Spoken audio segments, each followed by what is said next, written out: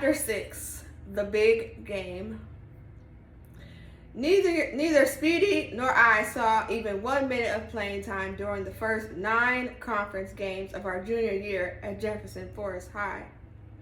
Though I was eager to improve and to prove myself to my coaches, we were happy enough to snack on the sidelines and talk smack about what we do if we were out on the field. Every game, we were in our own little world. The Cavaliers' last game of the season was against our crosstown rivals, the Brookville Bees. When I say crosstown rivals, I don't mean these were guys from the other side of the county who we didn't know. I mean there was an arbitrary line drawn between the 2 school zones, right between a couple of homes in a residential neighborhood, dividing longtime neighbors and friends. This was even the place where we met to settle differences with fistfights.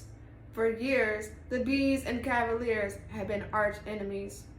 The team's rivalry off the field ranged from playing pranks like spray painting obscene pictures on the other team's playing field to fistfights in parking lots. Every time we played Brookville, the game sold out. The schools even had to hire extra security to keep fans and players safe. Brookville was the last game of my junior year. Because our record was 5-4, we already knew we wouldn't be advancing to the playoffs. But because Brookville had won a few more games than we had, they'd advance if they beat us in that final game. Either way, it was our last game, but we had fire in our bellies to keep Brookville from advancing. If we weren't moving ahead, then neither were they. The Friday night game was held at Jefferson Forest. The bleachers were packed and people were sitting on blankets, lining the grassy hills on either side of the stands.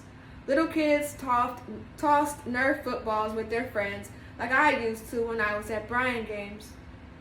The smell of warm, buttery popcorn wafted through the crowd as our team ran out onto the field to the roaring madness of the crazy Cavalier fans. As the quarterback broke through the tape and led us to the sidelines, we were all amped up, ready to defeat the Brookville Bees. As I jogged onto the field, I heard someone shouting my name. Rashad! Rashad Jennings, let's go! You got this! It was the first time I ever heard my name being called on the football field. Turning toward the sound, I saw Butch and Brian pressed against the outside fence, grinning and encouraging me. It was the first game they'd attended together that year because of their coaching schedule conflict. They were both high school football coaches at local private schools in Lynchburg, Virginia, and even though we all knew I'd be riding the pine, my heart swelled at their support. When Speedy and I reached the benches, we fist bumped, took off our helmets, tossed them to the side, and settled with our snacks for what promised to be an amazing game. We heard that several college scouts were there to look at some of our players, including a scout from Tennessee who came to see our starting running back, Quincy Freeman.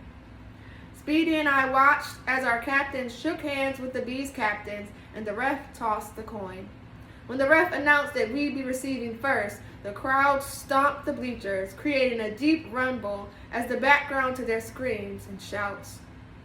Stepping to the line of scrimmage, our quarterback, Doug Jones, put his hands under center and barked, "Blue 80, blue 80, hut, hut."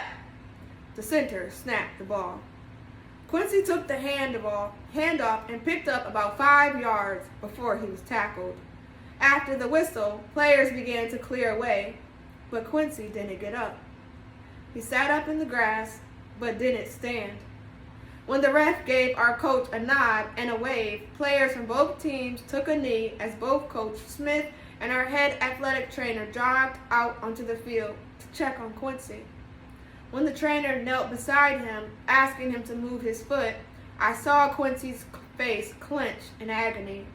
After a few more minutes of testing, the trainer and coach helped Quincy to his feet, and fans of both teams stood together and showed their support by clapping with respect. When I saw Quincy limping, favoring his left foot and protecting his right, I figured he'd rollen his ankle. I knew what an injury, major or minor, meant for Quincy and our team. The game was supposed to be his moment to wow the scouts, and that once-in-a-lifetime opportunity had gone out the window with one twist of an ankle. Our chance of winning the game might have gone out the window too. It was going to be a lot harder to beat Brookfield without him. I took a quick squig of Sprite. Speedy turned to me and asked, with the excitement of a kid at Christmas, "Aw, man, Rashad, you think you're going to play?" I shook my head. "Come on, man, you know they ain't going to play me. I'm 5th string," I reminded him. I had no expectation my bench warming would change that night. Speedy and I both knew that the backup running back was going to step in for Quincy. He'd do a great job and the whole team would rally. I poured some M&Ms into Speedy's open hand. As play resumed, Jay Spinner, our 2nd string running back, jogged onto the field and joined the huddle. The first play, Doug got sacked.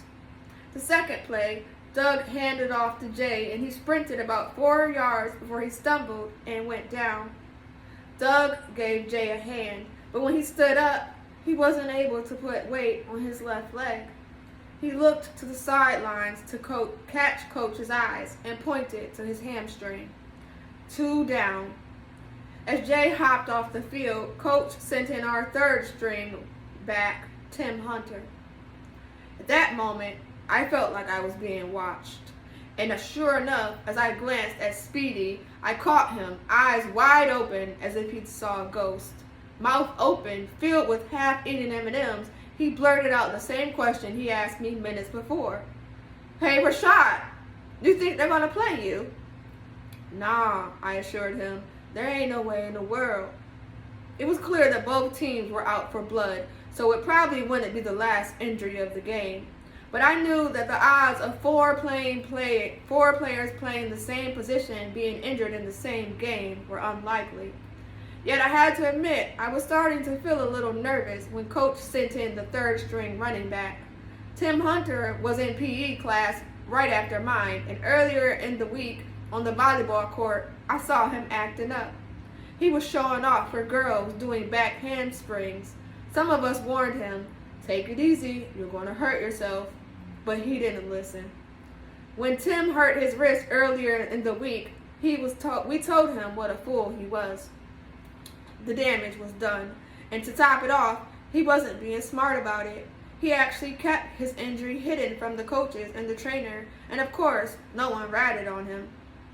Because Doug knew Tim's left wrist was messed up, he put the ball right in Tim's gut so Tim could wrap his left arm around the ball. Tim dipped past the first defender, but then got hit. Coach, who could tell something wasn't right, called Tim over to the side and pulled him out. It was a shame because he could run. Coach sent in Jake Rogers, the Cavaliers' 4th string running back. That's when I started to get really nervous.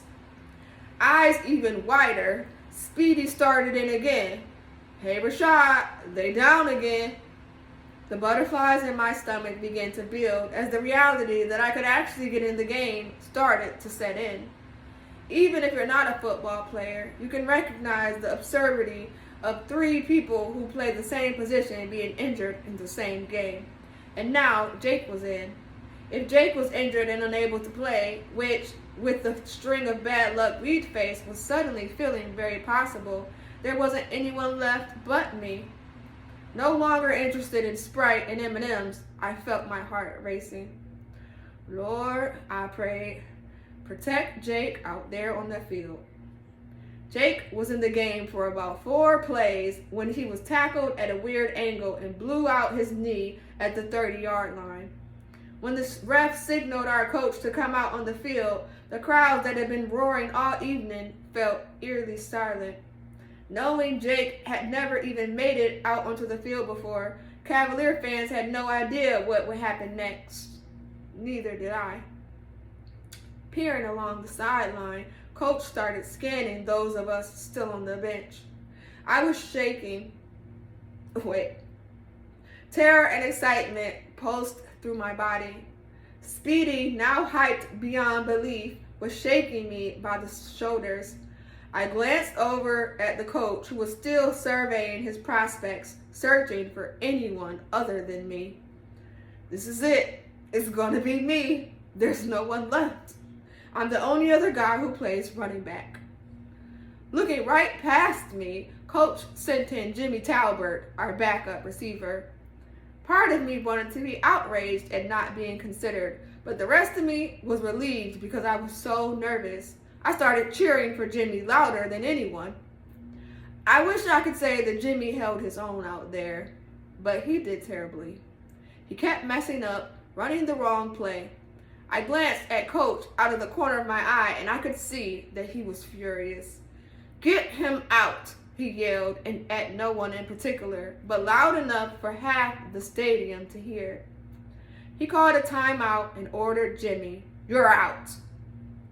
Looking around again in utter frustration, realizing he had no other option, he hollered, "Where's Jennings?" As I sat dazed, Speedy started poking me and shaking me violently. "Yes, Rashad, he called you." Although I imagined this moment for years, being just the man the team needed in a pinch, I'd always imagined my coach being happier about putting me in. Waving his clipboard toward the field, Coach yelled, "Jennings, get in the game." I snapped out of my reverie, scrambling to find my helmet. Although I had it on my head when the team ran through the tunnel and onto the field, it never once occurred to me that I'd need to wear it in the game. The odds seemed like 1,000,000 to 1. I grabbed the nearest helmet, and as I was putting it on my head, I realized it was way too big. I'm sure I looked like a bobblehead doll, but I didn't care. Noticing the mouthpiece dangling from the face mask, I thought, that's too nasty. There's no way I'm putting that thing in my mouth. So I ripped it off and dropped it on the ground. As I ran out to join the guys who were already huddled up on the field, it felt like one of those dreams where you show up to school naked. I felt the eyes of hundreds of fans as I jogged onto the field to join the players I always battled as a member of our scout team. For the first time, we were on the same side. As I tried to pay attention to the quarterback's instructions, my mind was racing. Will I make a complete fool of myself? Will I do better than Jimmy Talbert? Every practice for the previous 11 years had brought me to this moment of truth. I could hear Speedy and my other friends on the bench going crazy, but I also knew the guys on the fields were thinking, "What are you doing here?" Not Maurice, though. He had a big grin on his face and slapped my butt as I joined the huddle. And another captain, our tight end, John Hamlet, was also one of my boys. "Rashad's in," John announced, declaring my legitimacy the way a king would dub a knight. "Let's go." John had already been recruited by UNC, and when I played scout defense, I played defensive end against him. One day after practice, he remarked, "Rashad, you're good." I still treasured those words and his confidence in me. As I scanned the faces of the other players, I could read that no one was mad that I was on the field. They all liked me. I imagine each was probably thinking, "Rashad's my boy, but I don't know what he's going to do out there." To be fair, neither did I. Doug Jones, our quarterback, said, "We're going to do 44 dive. Got it? 1, on 3. 1, 2, 3. Cavaliers." I knew that play inside and out. I spent a lot of time rehearsing this scene over and over in practice. It was etched in my mind and even in my muscle memory, but the rest of me was freaking out. This was the biggest moment of my life so far, and I wanted to make it count. As the huddle broke up, I confirmed, "Doug, the run is to the right, right?" I knew that it was, but I felt so shaky. "Yeah," he confirmed, "it's right." I was so nervous I could hardly think straight. I spent hundreds of hours on that field, but not at night with the lights on, and certainly not under a watchful gaze of hundreds of Cavalier fans whose hearts were set on victory. We all assumed our places and got into position. I was the furthest back on the field and could see everything. Bending his knees, Doug looked left, looked right, and then growled, "Blue 80. In the middle of the count, I freaked out and yelled, "Hey, Doug!" I don't know what I was expecting Doug to say or do. I just panicked. Doug continued, "Blue 80, set, hut." It was showtime. Game on. Although I knew what it said, I instinctively glanced up at the scoreboard. It was the bottom of the first quarter and the game was tied at 0-0. As I went through the steps of the play that had been burned into my mind, I felt like I was moving in slow motion. Doug extended his left arm with the ball, but I was a step slow getting there. Still, I was able to grab the ball at the 40-yard line with a lineman bearing down on me. I sidestepped him and found a seam in the defense's line. I picked up speed with that big old helmet bobbling around on my head. A few defenders tried to bring me down, but I was on my way. Feeling like I was in a dream, I pumped my legs as fast as they would carry me. After about 15 yards, I had left the defense in the dust. The crowd was going berserk. The band was banging on their drums, and the metal bleachers were quaking as fans stomped and pounded. Dads were hollering. Cheerleaders were screaming. It was absolute chaos. And for those last 25 yards, I felt like I was flying. My stride opened up, and between each touch of my cleats on the ground, right, left, I really felt like I was soaring. When I reached the end zone, I turned my head and saw two Brookville players who were chasing me to slow to a jog and stopped. I gulped in deep breaths of air. As this turn of events was so wildly unexpected, I was completely unprepared with the signature end zone dance. The boy in me wanted to do the dirty bird, but if I flapped my wings, I would have looked more like a Brookville bee than a Jefferson Forest Cavalier. Freaking out, exploding with energy, I threw the football in the air. Ideally, it would have returned to earth somewhere near the field, but I was so riled up that I chucked it all the way into the woods. As the ref raised his arms to signal a touchdown, I was still completely out of my mind crazy. With nothing left to throw, I slammed my oversized helmet onto the ground. Unfortunately, the earpiece popped off and hit the ref in the leg. Wide-eyed, I apologized to the ref. "Hey ref, you okay, sir? I'm so sorry." Stone-faced, dropping his arm from the touchdown sign, he grabbed a yellow flag and tossed it for excessive celebration. Coming on the heels of the best moment of my entire life, it was a consequence I could live with. Not even a flag could bring me down. I glanced up toward the stands and saw Butch and Brian jumping around like madmen. My teammates gathered around, chest bumping me and slapping my bare head. Now that we'd pulled ahead of Brookville by 6, we were going bananas. Although I knew Coach had to be pleased, he also wanted us to demonstrate a little bit of dignity. "Thank you. Thank you, Ava." "Jennings," he yelled. I was waiting for him to praise me for my amazing 40-yard run, but he didn't. Instead, he bellowed, "Act like you've been there before." With a big smile bright across my face, I yelled back, "Hey, Coach, I've never been there before." As I glanced at the guys on the bench, who were my people, one of them hollered, "Represent." I just wasn't playing for the Cavaliers that night. I was playing for the boys on the bench.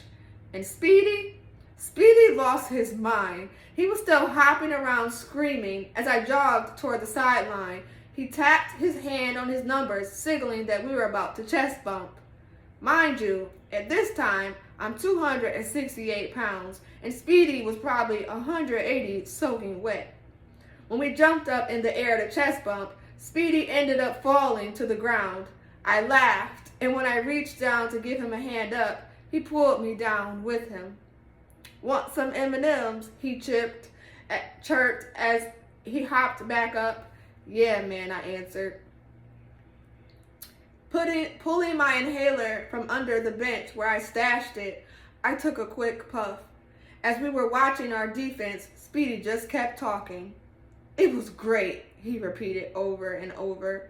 And a few minutes later, he exclaimed, "Rashad, you did it. You really did it." That boy was talking to me like I hadn't even been there when I did it. I saw the athletic trainer taping up Quincy's right ankle, and the trainer gave Coach the thumbs up that he was ready to go back in the game. I had my moment, and I didn't even dare to imagine that it was ever going to get any better than scoring that touchdown. But then it did. Taking a break. Okay. I found my assigned helmet and was busy rehydrating with the Sprite I brought for Speedy and me when our team got the ball back and the offense ran back onto the field. Feeling a bit relieved to see Quincy back in the game and knowing that this was supposed to be his big night to impress the Tennessee scout, I put down the Sprite, clapped my hands together, and cheered him on. Because he was walking gingerly on that ankle, I knew he was still hurting. Every player tells the trainer and the coach, "I'm all right," whether they are or not.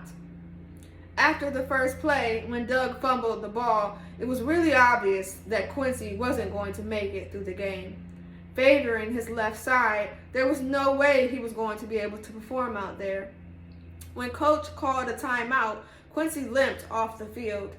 Even though I had spent 3 years gunning for the starting spot, I felt really bad for Quincy. "Jennings," the coach yelled, "get in." Throwing on my own helmet this time and sucking in my own mouth guard, I jogged out onto the field. As Quincy and I passed, he grabbed me by the shoulders and told me, "Go kill it." How classy is that? Quincy knew how hard I worked, and he was a great friend to encourage me. It couldn't have been easy for him, not when he had so much riding on that game. When I joined the huddle this time, the other 10 guys were pumped to have me there. Okay, it's between Jennings and Hunter. Hunter was the running back who tried to play with an injured wrist. He could run, but he had to carry the ball in his left hand. Together, we did what we were trained to do, and play by play, hit by hit, pass by pass, we marched the ball down the field. We were pass blocking and picking up blitz. I heard the coaches on the sidelines yelling, "That's great, Jennings." I called a screen and picked up a first down. On 3rd and 20, Doug flipped me the ball. Dodging a linebacker, I made it into the secondary, the defensive backfield, and took off. One of Brookville's safeties reached me just before I stepped into the end zone, but I dragged him with me and landed over the line, still gripping the ball. Even though I was a big guy, I popped up like a jack-in-the-box when the crowd started cheering. Once again, I was grinning from ear to ear. Bursting with energy, I was about to throw the ball, but the ref eyeballed me. Looking me in the eyes as if willing me to stay in control, the ref raised his arms to signal my second touchdown. Unable to wipe the stupid grin off my face, I told him, "Hey sir, my bad about the earpiece." He remained expressionless, but my smile got bigger. The why. I knew that what was happening out on the field was blowing the fans' mind, and on one level, it was blowing my mind as well. But that part of me that I had dreamed I'd be a successful running back was experiencing what I always knew was achievable. And the "if" that made it possible had to do with the hustle I continually gave at practice. But what I was experiencing was my first taste of a principle I've grown to cherish and live by. Always give 100%, because when the opportunity comes, it's too late to prepare. When the teacher tells you to put your books away and take out a pencil for the test, it's too late to study. When you show up at the DMV to get your driver's license, it's too late to learn your traffic signals. When it's time to fill out college applications, it's too late to start bringing up your GPA. But when you consistently hustle to do your best in every circumstance, you're going to be ready when opportunity comes knocking. Sprinting to the sidelines, I glanced at Speedy and tapped my numbers. As I went in for the chest bump, Speedy stuck out his arm to shake my hand instead. "Man," he explained, "you're my hero. How's it feel?" It felt pretty good.